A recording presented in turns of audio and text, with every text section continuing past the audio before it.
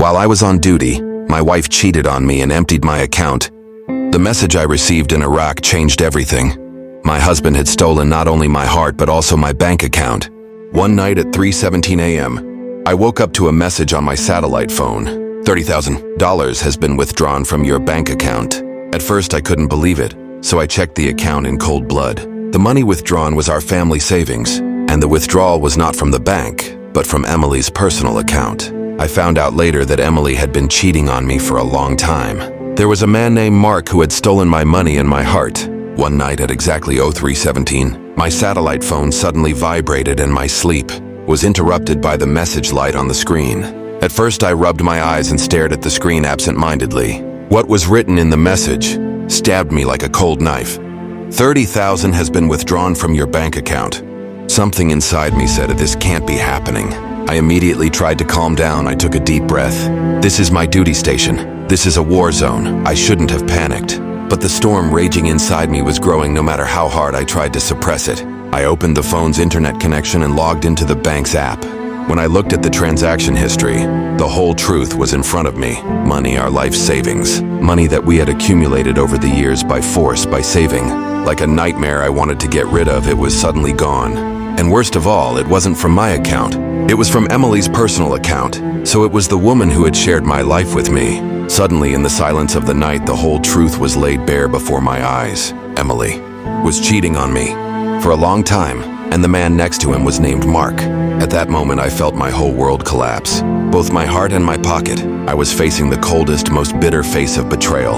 At that moment, I realized that the war was going on not only here, but also at home.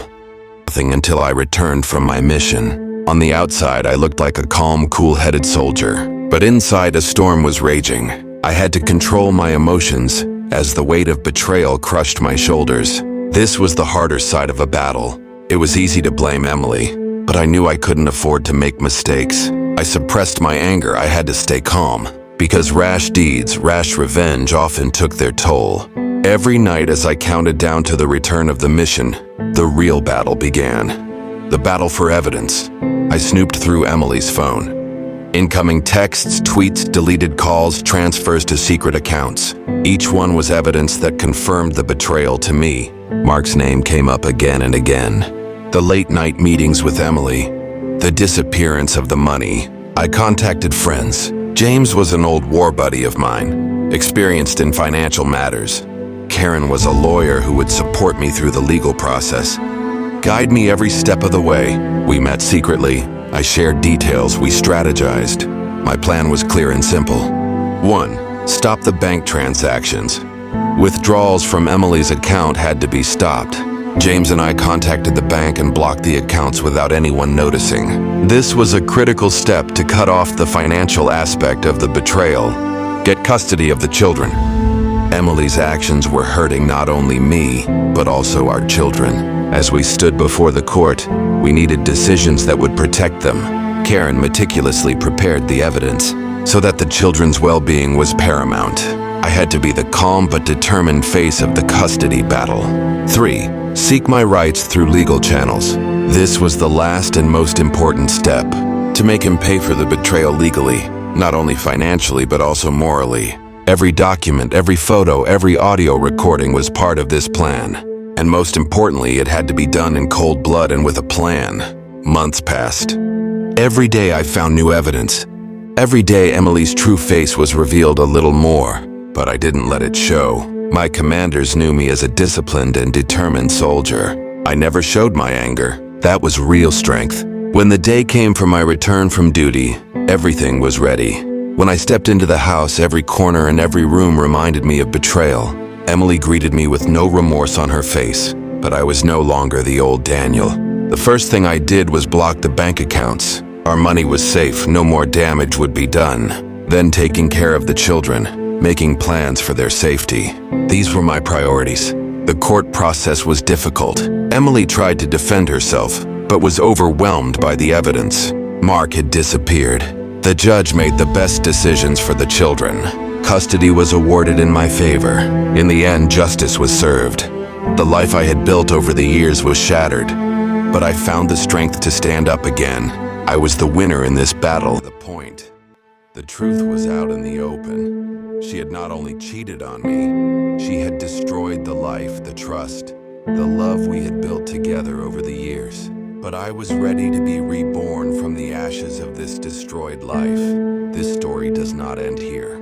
It is possible to rise again after every difficulty, after every betrayal. And I have done it. If you want to find strength despite the difficulties in your life, let's be together on this journey. Don't forget to subscribe to my channel for new stories, new lessons, and real-life moments of inspiration. I will be here with you every week. Stay strong, keep fighting. Life sometimes tests you from the place you trust the most, from the person you love the most. And when that moment comes, two voices speak inside you. One says, fall down, fall apart, don't come back.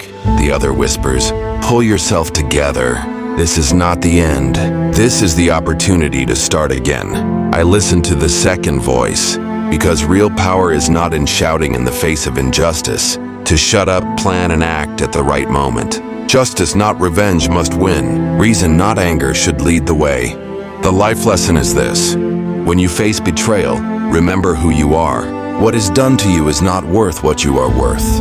And sometimes what seems like loss is actually salvation. Just because you are broken, don't think it's over. Starting over is your greatest victory. If you want to learn from such stories and rediscover your own strength, subscribe to my channel. Let's walk this journey together. Life sometimes deals the biggest blow from the closest. But remember, it's not how you fall, but how you get up that determines who you are. How did you feel while watching this story? What would you do if you experienced such a betrayal? Write your thoughts in the comments and let's talk together. Because sometimes the greatest healing begins in the story of a stranger.